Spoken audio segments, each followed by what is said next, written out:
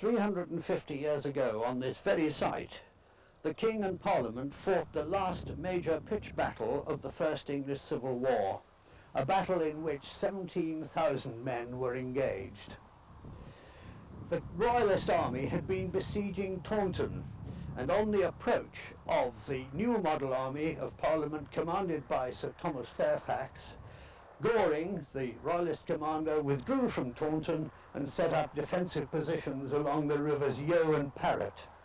But having been outflanked by Fairfax, the Royalists withdrew to Langport, where they set up a defensive position on Ham Down, about a mile east of the town.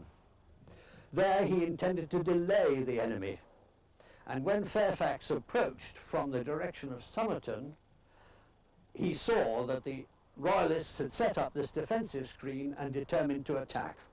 The whole battle lasted about 2.5 hours, when finally the Royalists, who were holding the road on Ham Down, the road from Somerton, were put to flight by a cavalry charge. The Royalists withdrew the cavalry north of the river through Aller, and the infantry through Langport town, setting fire to houses in Bow Street in order to delay the pursuing enemy, who were led by Oliver Cromwell and 2 regiments of cavalry. South of the river, about 2,000 of the Royalists were captured, and included amongst the captured were 2 cannon and lots of ammunition. This fight was the end of the King's hopes.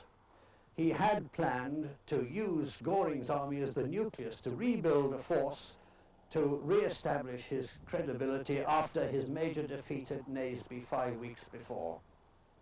Today's reenactment by members of the Seal Knot Society will not be able to take the original pattern of the battle because the countryside has changed so much in the last 350 years.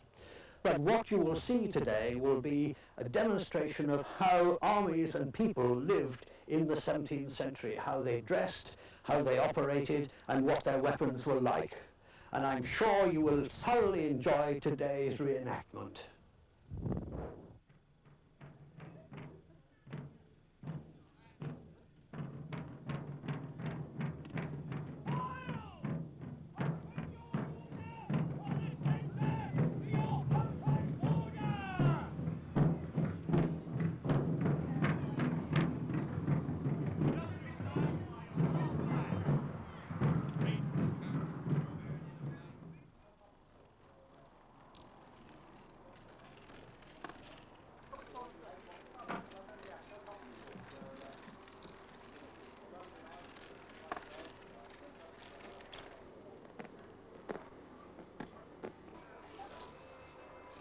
Just dry hay here, keep the thing going.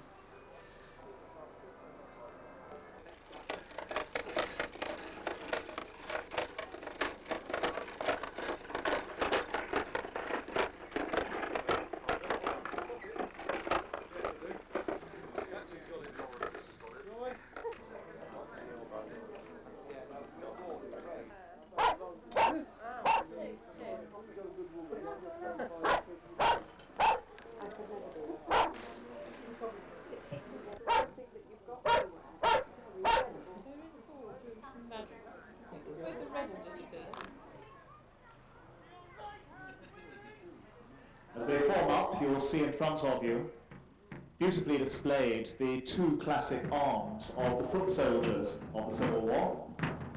Marching in front and now manoeuvring towards you are the musketeers, armed with matchlocks and firelocks.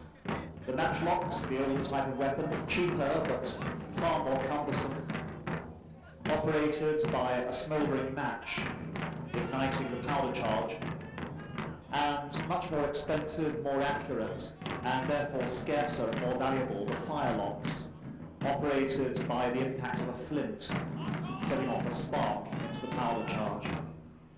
You're very lucky indeed as a musketeer in the war if you had one of those. They were mostly for storming parties and for picked men for special actions on the battlefield. And you see, advancing towards you now, the muskets beautifully displayed, shoulder on the right, the drummers to their left-hand side, and at the centre, the backbone of the army, the pikes, training to advance upon you. Pike service was considerably more honourable than that in the muskets. It was very often the pikes who broke the opposing forces, like a can opener taken to a steel can, and swept away an army's centre. The pikes vary in length from 11 feet to 18 feet according to their station on the battlefield. Solid, thick, heavy shaft. The people you see performing, drilled expertly by the Sealed Knot Society, are walking, certainly on this land, literally in the footsteps of their predecessors 350 years ago, and learning how to operate their arms just as expertly as their predecessors.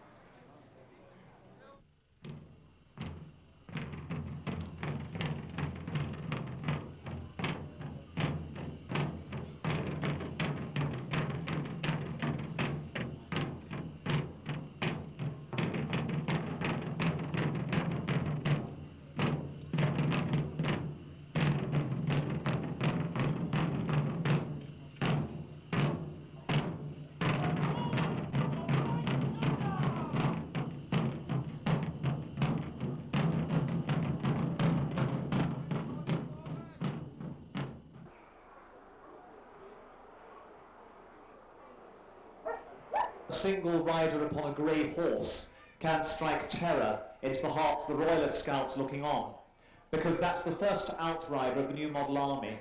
Now a second rider has appeared to survey the scene below, and these two together are like hawks sent from the hand of an expert falconer, hovering up there above the battlefield, surveying it, choosing the point at which an attack might be made upon an enemy about to occupy a defence below. And indeed, you can see that it's had an effect down in the camp. Somebody down there spotted this rider, rushed to wake up a sleepy dragoon, and they jumped to their arms. So they don't know what is over the brow of that hill.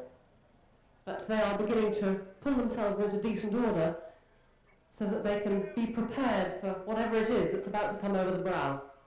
Now the musket was a very inaccurate weapon. It doesn't have the fine engineered accuracy of a modern weapon. The barrel would have irregularities and flaws in it. The ball would not necessarily be perfectly spherical, nor a good fit for the barrel.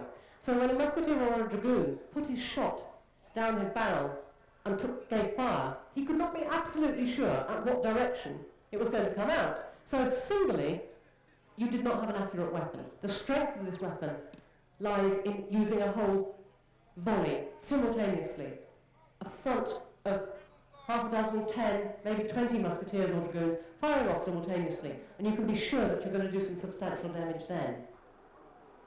The two lines of Royalist dragoons are deploying uphill, hoping to pot the parliamentarian scout before he has a chance to return and reveal the weakness of the Royalist position. And silhouetted beautifully just below the crest of that hill, that single ominous rider, like death upon a horse himself, a harbinger of doom for the Royalists, pacing quietly, keeping completely cool, just noting down the extent of the field, the number of Royalist scouts he can see, and the likely strength of the enemy position. Desperately, the three groups of Royalists mount to the crest, trying very hard to see if there's an advance party which they can cut off and annihilate before the news is taken back. This is a very interesting situation from the point of view of the aims of each side. Goring wants to have a sort of delaying tactic here. He wants to keep matters strung out for as many days as possible, even if that means he has to gradually back off to Bridgewater. He wants to play for time so that the main body of the Royalist army, perhaps that if the King has succeeded in raising troops in South Wales, where he now is, then reinforcements will come and you will have a substantial army to fight Fairfax. Fairfax, on the other hand, wants none of this delaying action. He wants to get in there and absolutely crush the Royalist cause here in the West Country, where it has been such a nuisance. Since 1642, the West Country regiments have been fighting on and on with a tenacity and a loyalty to their cause, which has been quite daunting at many of the Southwest battles, like Stratton, Lansdowne, the Siege of Bristol. The Southwest regiments have done the seemingly impossible time and time again. They fought uphill, they fought outnumbered, and they still won the day.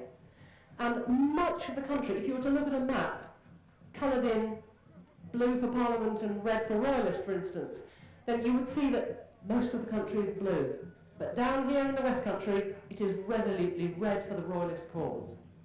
There are places that Parliament holds. They've got Taunton, they've got Bristol. Now Bristol is an absolute jewel because it means holding a seaport. They've got an excellent lines of supply coming by sea to fuel their cause in the West Country. But most of this county is still for the Royalists. And Fairfax wants to get in here, slap down this army, and have done. You can see the Western Army of the King starting to deploy in front of you now as Goring orders his regiments up hurriedly to plug this gap which the scout on that hill has spotted, while his dragoons up on that hill are still trying to hold off the oncoming enemy when they do appear. You have an entire tercio deploying in front of you now. The blue-coated soldiers who are all that are left of the famous Blue-Coat Regiment of Prince Rupert the Rhine, the King's nephew, most of which was destroyed, killed on the field, the Battle of Naseby in the Midlands, just under a month before. Likewise, some greencoats from the regiment of the Earl of Northampton. Again, just a tiny remnant of a regiment that has been annihilated in the Midlands almost a month before. And the black-coated soldiers of Earl Rivers' regiment, once again, most of it destroyed, fighting under the King at Naseby. There's still enough here to make a handsome tercio, marching in to defend the royal cause.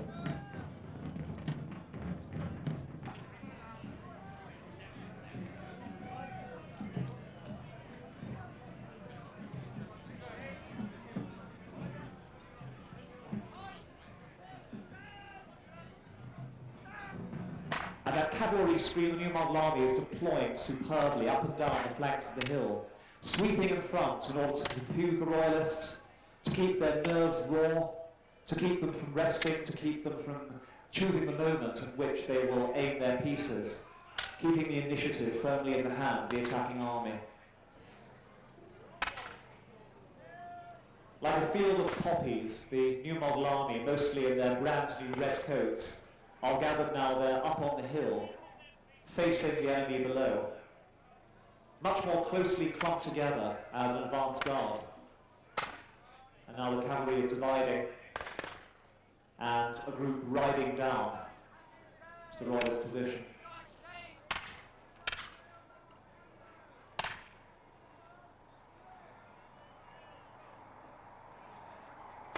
To take shelter. These are the tiny handful of Goring's outriders who've done desperately well up there on the hill, skirmishing with the enemy, and are now ridden back down to their own people in effort to find some way of stemming the oncoming flood.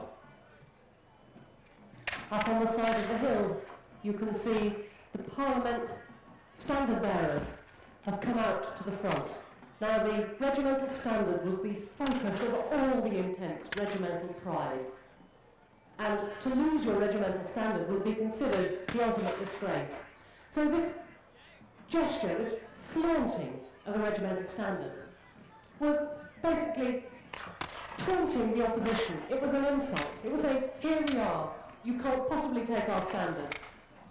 Just try if you dare.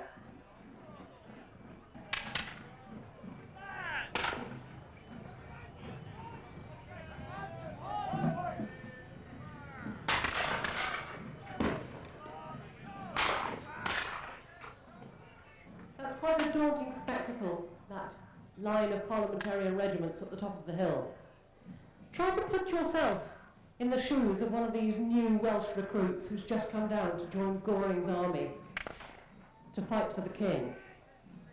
You've never picked up a weapon, you haven't had much training,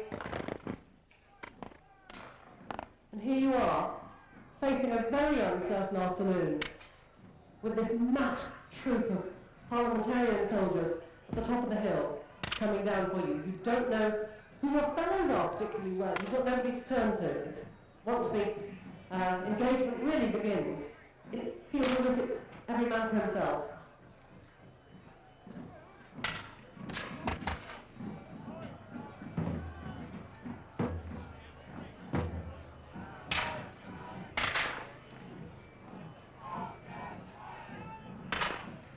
As the screen of musketeers moves forward in front of the Royal Army of the West, it's worth contemplating what had in fact caused these men to come together and caused them to remain here at the bitter end of our bitterest war.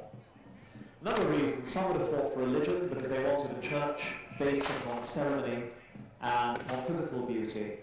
And those whom they're about to engage in this field in front of you wanted a church stripped of those things, purged of ceremony and hierarchy, and based upon preaching the Bible. Some here were fighting because they truly did believe the king was the most important part of the constitution and should be allowed to rule as he wished and call parliaments as he wished, whereas their opponents believed that parliaments should control kings and kings should simply be an integral part of them, submerged in them. There's a lot of them would have joined for the money. The wage of a soldier was only that of an agricultural labourer, but in a time of scarcity and poverty, it was worth having. And if you couldn't get the money, you could get the plunder if you were lucky when you took a city, or you were simply dishonest and ruthless enough when you were staying with some unfortunate householder when you had a weapon and she or you didn't have. But a lot of them would have stayed together just because of the comradeship, because of this marvellous feeling of having made friends, true friends and comrades for life, whom you would not abandon or desert when things go wrong. And it's this sense of love and of dedication to commanders and to brothers, which is the cement of an army, and which even through the depressing series of Robert's defeats in the summer has held this last army of the kings together here in the West, and kept them fighting desperately in the hope of turning the tide. And that is why, as the cavalry manoeuvre to the left, as the great screen of musketeers advanced halfway up the hill, as the pike block stands defiant, like a series of chess pieces in the foreground, the new model cavalry deploys on the hill at the top and sweeps right across the flank of this steep slope which had once been a hayfield, and the overture of this great symphony of battle is now being played. The artillery is really showing you what it can do now, and Parliament has the upper hand as far as this kind of strength is concerned. On the right-hand side of the Parliament line, we've got their eastern guns. The urgency for the parliamentarian cause was such that they had to cash in on this big success at Naseby. They couldn't sit back on their laurels and pat themselves on the back. They had to keep this driving force, and their morale was up. They had to keep going. So I find this absolutely remarkable myself that 150 miles could be covered in 12 days by a huge army of thousands bringing their artillery with them. The physical strain of this kind of campaign must have been absolutely staggering. Sleeping rough, of course. The rank and file, the ordinary soldiers, didn't enjoy the luxury of tentage, so they would have been sleeping under hedges with bonfires lit at intervals in order to keep them warm. They would have been foraging as they went to supplement what rations could be brought with them. And indeed, imagine being the person responsible for the baggage to make sure that you keep the rations coming to the soldiers marching at that pace. What a phenomenal task of organisation.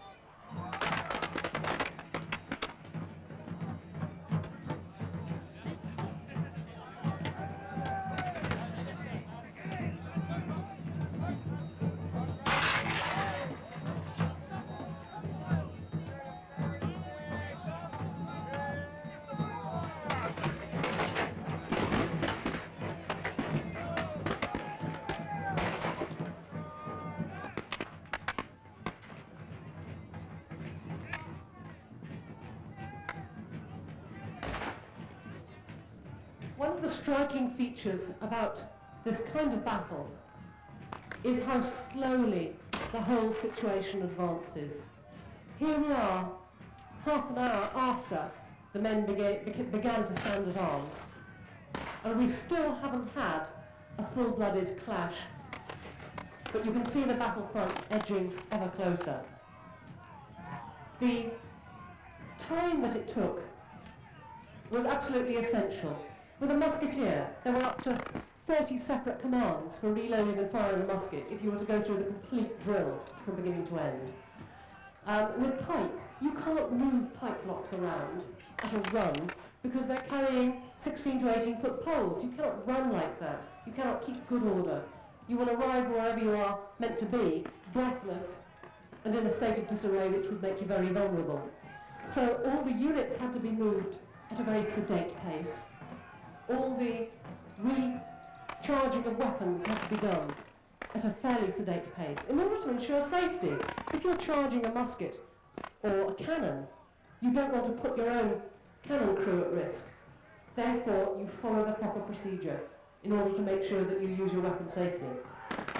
Once they do engage, I want to draw to your attention prospect that because we are using real weapons, real gunpowder, real guns, and an awful lot of physical exertion, we do have accidents and injuries from time to time. It's very easy to sprain an ankle, to get winded, and so on.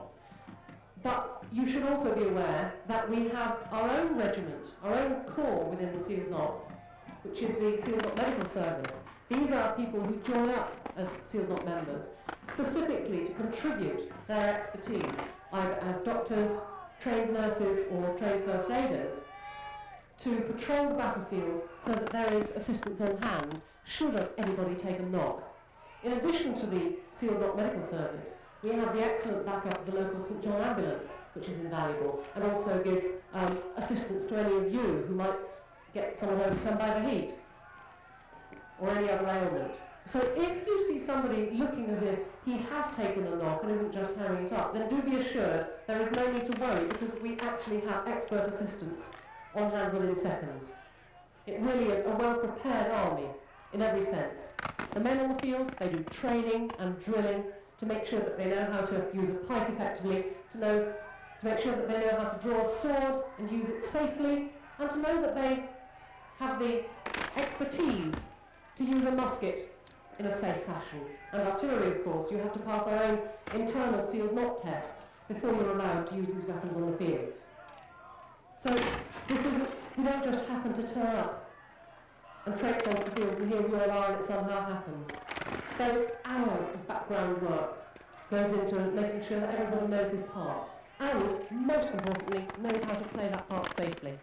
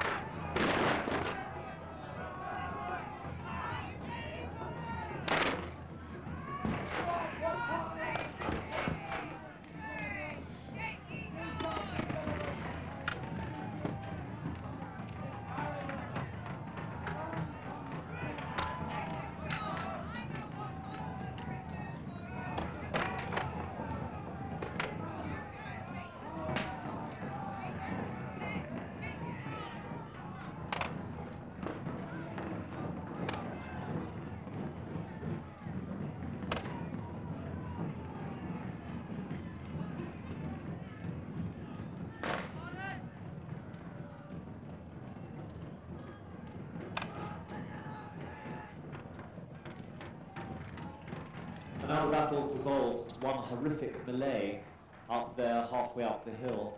There'll be some more close-range fighting later as it develops, as you will see.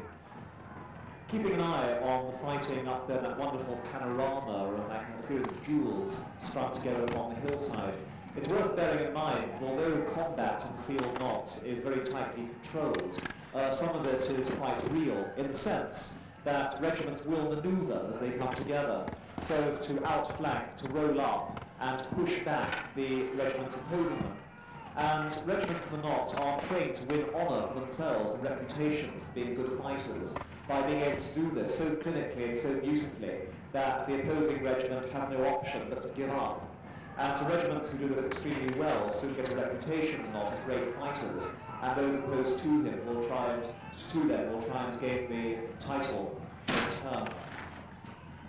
So the combats are happening on two levels. History is being reenacted, but at the same time, regiments are bent on winning this credit by actual combat against opponents and coming through it to the honour of their regiment enhanced. This is certainly true. Any pike block, for instance, which comes up against an opposing pike block, is trying to push that unit back in order to gain ground. Similarly, the musketeers can be used to force other musketeer blocks back, or possibly to force a pike block to kneel. Now, if your opposing pike block kneels because you're shooting at them, and they want to keep low, then before they've stood and got themselves in good order again, your pike block can rush in and take them unawares. So it is all about pushing back. If you can gain ground, then every inch, every yard, you can gradually push in your musketeers here, plug a gap there, and possibly create disorder, mayhem, and a break in morale. So it's all about gaining territory even today. So our pike blocks and our musketeer blocks are really fighting it for real, in as much as they want to gain that valuable ground. Now, one of the things that you can achieve, if you succeed in creating a bit of disarray in your area of the battlefield, is possibly a break in the line of the enemy's battlefront. If you can get a substantial break, perhaps you can send in your cavalry, you can do an outflanking manoeuvre, you can attack from the side, you can create even greater havoc. So what an army commander is trying to do is to keep a solid line. He can't afford to have a break in the line. That's one of the things that I think has just been plugged in the middle of the field here. I noticed there was a gap right in the middle where the mustard-coated Marmaduke Rawdon's regiment has now been placed.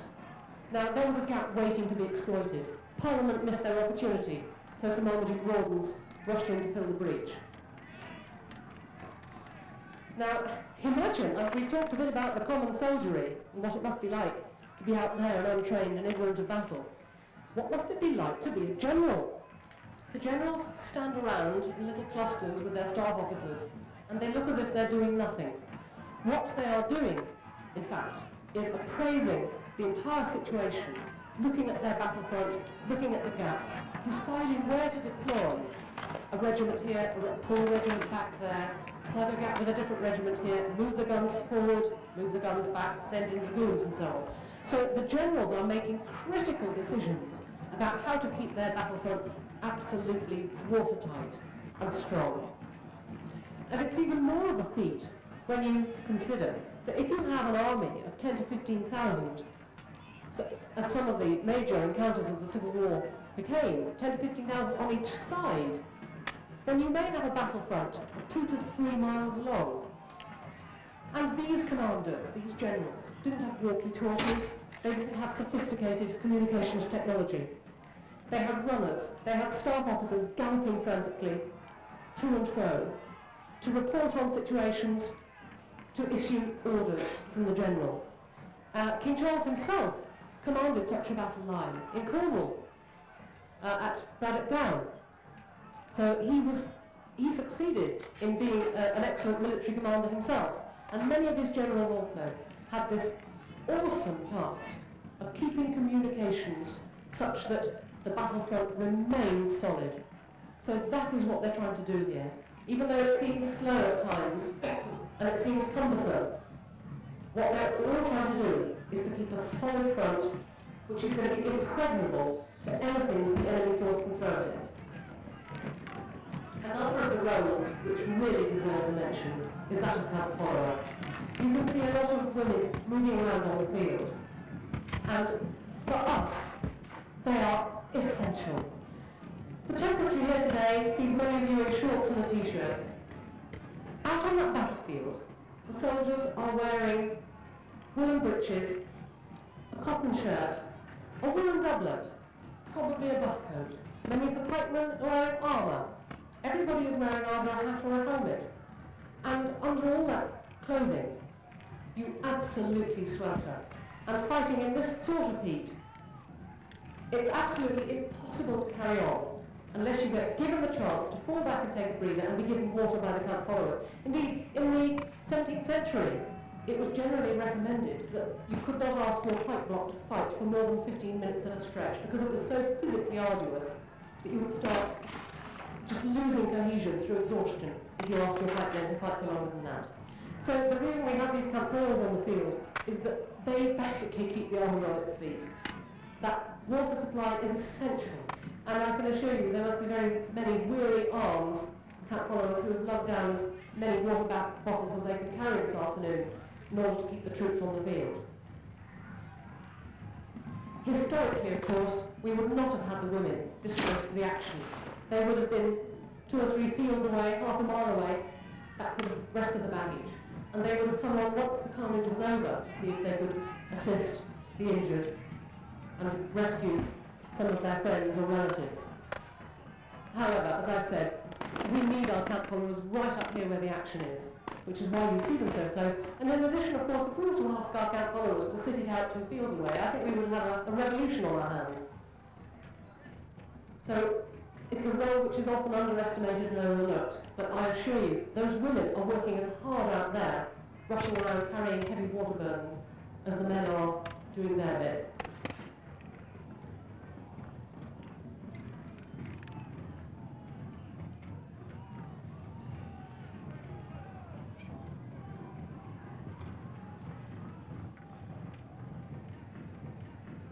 If any of you had a telescope with you, you would also see, as you inspected closely the faces of the soldiers, that we have a number of women in the ranks fighting as musketeers, pikemen, or working the artillery.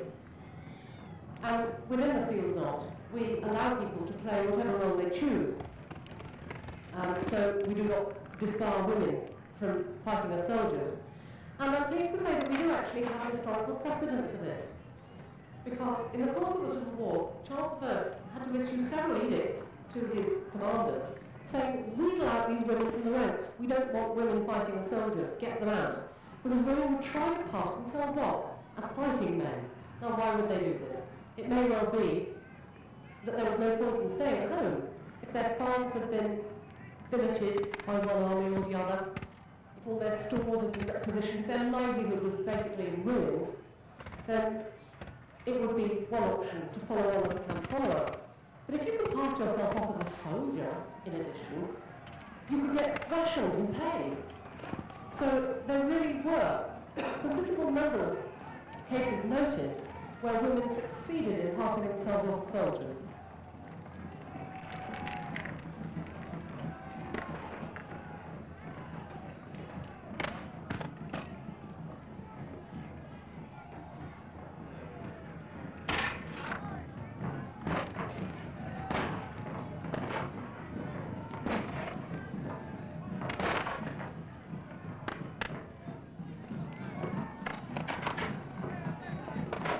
You may be forgiven for wondering, what on earth is going on? You cannot tell one side from the other, you can't tell one regiment from another. It's a blur. It's absolutely indistinguishable who is fighting for which side. And that's an entirely understandable confusion. It's a sort of Hollywood myth that all the royalists wore incredibly elaborate clothes and red sashes, and all the parliamentarians were much more soberly dressed in black uniforms with little white collars. Both sides would have dressed exactly the same. The rank file, the basic regimental soldiers, would have had a coat given to them by the person responsible set up their regiment. They'd probably wear their own breeches in most cases, so you would not have uniform breeches except for a few regiments. such as the King's Guard on the Royalist side, or certainly the New Model Army, which was better equipped and had better clothing issued to it. So all you could tell was the coat colour. The only people who wore the sashes were the officers, because it was a sort of badge of rank. So if you were a Royalist officer, yes, you would wear a red sash. If you were a parliamentarian officer, you would wear a tawny orange sash. But the ordinary soldier would be absolutely indistinguishable from his fellows and from indeed his enemies on the opposing side. So how on earth did they figure out who was friend and who was foe? Well, one way at some of the battles was to have a sort of field sign. An example of this is the Battle of Stratton, down in Cornwall, where all the Royalist soldiers were instructed to wear a piece of gauze tucked into their hat or helmet. And this would show that they were Royalists fighting that day. And there are other such symbols used in different battles around the country.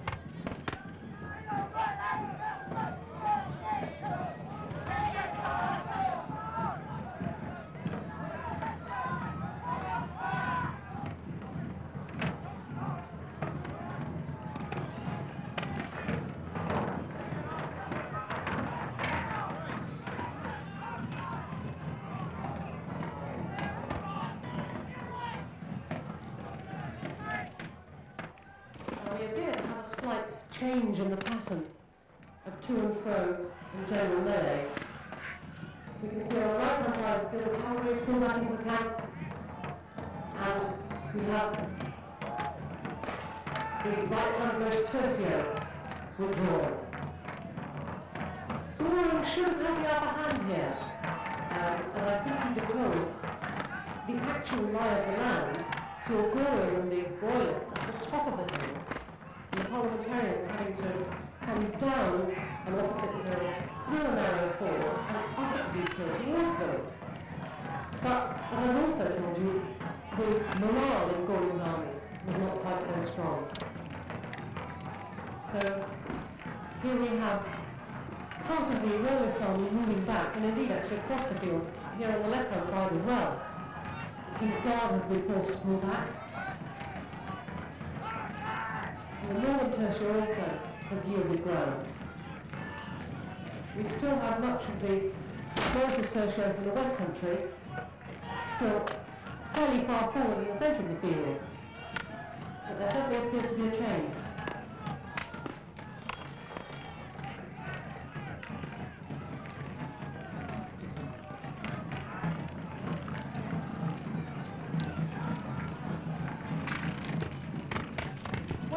That you may have picked out while these engagements have been going on is the style of fighting with the pike blocks. Now the pike is a very strange weapon, perhaps a 16 to 18 foot pole with a razor sharp metal tip on the end. And the idea of the pike block was that the pikemen, as they approached the opposing pike block, would manoeuvre their pikes to a horizontal position, so they were holding a long spear at chest level, aimed horizontally at the breast of the opposing pikeman. And the two blocks would move together, and you would try to keep a steady and resolute pace going, so that effectively you skewed your opposition before you could kebab you. What we've often seen here, in fact, is our pike blocks going in a different formation, what we call a pusher pike or a wigwam, where the pikes, instead of being levelled horizontally, are kept upright, and the blocks engage a bit like a rugby scrum, and use sheer physical strength to try to push back the opposing block and gain ground. As I said, this is what it's about. It's about gaining territory. And whether you do that by forcing your opposing block back with horizontal pikes, or whether you do it by sheer physical strength, perhaps is neither here nor there as far as we are concerned, but it is worth pointing out that the wigwam approach is not strictly authentic, but it's actually a surprisingly safe way of manoeuvring the weapon, given that you may have 20, 30 men aside, pushing frantically and sometimes keeling over. We actually find that it gives a great deal of satisfaction, again, as Ron was telling you, about the pride of the regiments in knowing who's really won, and they're really fighting to gain that territory. It's very satisfying for each block, for a particular regiment, to know, yes, we really did push them back. We've really got the better of them. And it isn't just brute strength, it's also technique. You can have a block of 15 men who are very well drilled and very experienced and have some tactical ability about them, who can knock over 30 pikemen who don't know what they're doing. So it's not just down to brute strength. There's tactics and training and skill. All plays a part in this kind of manoeuvre.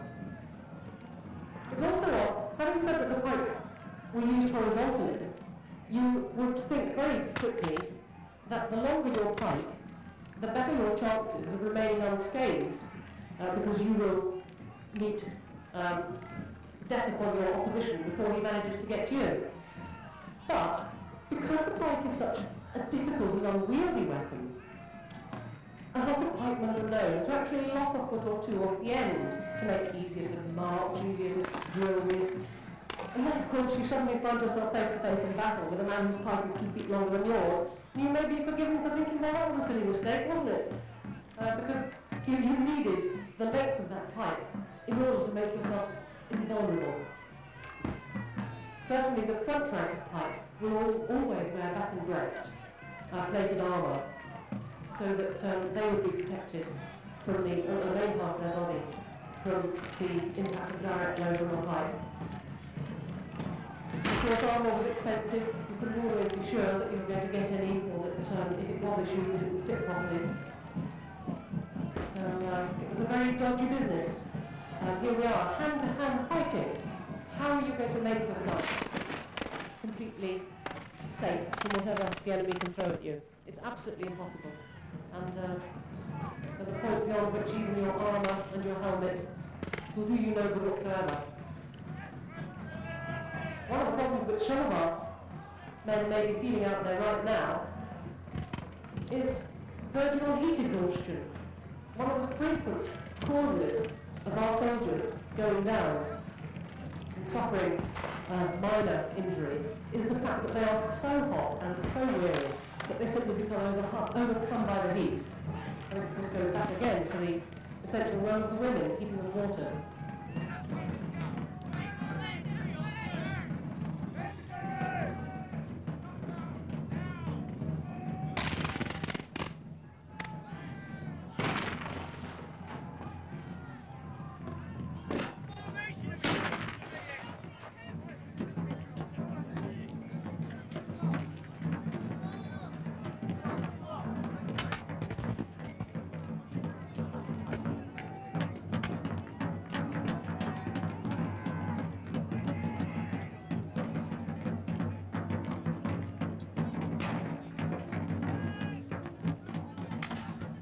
Goring's royalist troops down at the bottom of the hill here really are fighting with their backs to the wall rather now. Even though they had superior cavalry numbers, even though they had the advantage of position, they seem not to have the staying power and the stamina and the will to withstand this parliamentarian onslaught. And the parliamentarians are fighting for more than just this one battle. Remember, they're fighting for the conclusion of the whole war. At Naseby, they threw the Royalist army into disarray, not just in terms of the military events of the day, but also in terms of what they succeeded in capturing. They captured loads of artillery from the Royalists. They took possession of much baggage and black powder. They captured arms for 8,000 soldiers. They took prisoner about 5,000 soldiers, 500 of whom were officers. Now, you may be able to recruit another 5,000 men if your standing is good in Wales, as indeed the King's is, and he's been recruiting madly up there now. But you have to have the officers to train them and command them, and he's lost a lot of officers of late. So the King, even now he retains a high level of optimism in his ability to recruit and bring support down to the West Country, he really perhaps hasn't realised the odds that he's fighting against. He should have got the measure of the new model army by now, because it's dealt him a couple of serious blows. But the loss of those officers and the loss of all that armament is a serious business to be reckoned with. And if the parliamentarian force wins today, again, they will gain more than a paper victory. They will be able to take prisoners, they will be able to capture artillery, possibly plate, money, all the wealth that the Royalist cause has managed to raise and not yet spend. So the spoils of war may well be rich. And if Goring's army should get pushed off the battlefield today, then even though the King is recruiting frantically up in Wales, if he doesn't have this backbone of support down here in the West Country, he's not going to have the solid core of a successful army. He really needs Goring's army. And unfortunately, it looks as if Goring may well be squandering that vital resource.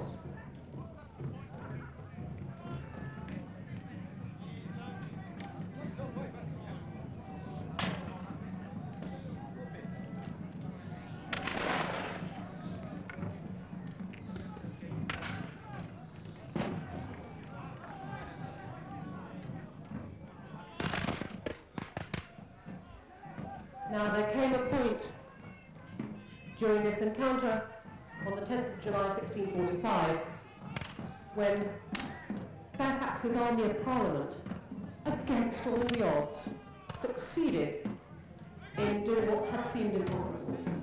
They had been fighting their way through narrow hedgeways which were lined with Royalist muskets and dragoons. They'd been shot at, they'd had the 2 Royalist artillery pieces fire down on them, and up on the top of the hill, Goring, for the Royalist cause, had a larger force of cavalry than was available to Fairfax to Parliament. And yet, 2 very valiant commanders, Major Bethel and Major Desborough, who were part of Parliament's army, managed to strike it to the top of the hill. Bethel was first, and his troops forced over the top. They hesitated, they were pushed back a bit. Another of their group came on, and they managed to hold. And then up behind them came Major Desborough with his cavalry, who took advantage of the pause that Major Bethel had managed to force in the Royalist cavalry. And so upstreamed the parliamentarian forces up this hill. The cavalry first, charging, breaking in to the Royalist force of Goring. And then, of course, there was an opportunity. The way was cleared. Your musketeers could come forward now, and they could start using their shot effectively against the massed infantry of Goring. And so, entirely against odds, the improbable had happened. And Fairfax's army, led by Major Bethel and Major Desborough, managed to break it to the top of the hill. And all of a sudden, Goring's poor, weary, rather untrained and ill-disciplined troops began to get the wind up. Their morale began to break. And once that happens, if you're feeling that you're there in a melee and it's every man for himself, all of a sudden your motive for hanging around is gone, and you're going to start retreating. And if you're retreating hastily rather than in good order, the panic will spread, and the people in front of you and behind you will think, hey, there was a regiment behind me a moment ago, they've run, I'm running too. And the people on the flanks and the people behind will think, they must have broken at the front, they're routing. And panic will spread like wildfire. And this is what happened to Goring's troops. Once Parliament reached the top of that hill, panic spread, and the Royalists began to break. What you're witnessing now is the classic scene towards the end of the Civil War battle. A scene of jubilation for the victor, one of the most depressing sights on earth for the losers. Over to the right, the Palatine Tercio of the King's army has been completely surrounded, and there's a mounting underflow of bodies covering the ground. A last pike crush visible there on the right as one defiant group of pikemen fight it out to the last over a carpet of the dead bodies of their comrades. Over to the left, whole regiments of the Royalists have chosen to take the opportunity to march off the field in good order, making for Bridgewater and shelter. And here and there you see people scurrying, carrying standards, hoping they can take the honour of their regiment away, even though their regiment itself is now dead. The new model's own regiments, exhausted, heat struck, the sweat sticking their doublets to their skin, some of them dazed with the effort of fighting, are wandering about the centre of the field, trying to find an enemy left upon whom they can concentrate. Lines of pikemen are hurtling leftwards, now in panic looking for shelter. And here and there you see officers limping, supporting themselves upon their weapons of office, sometimes conferring hurriedly, wondering if anything can be salvaged from the disaster of the day. This is a stricken battlefield. It was a later, greater general than Goring, who was to say that nothing except a battle lost is quite so melancholy as a battle won. And that is exactly the vista which is before your eyes now at close quarters.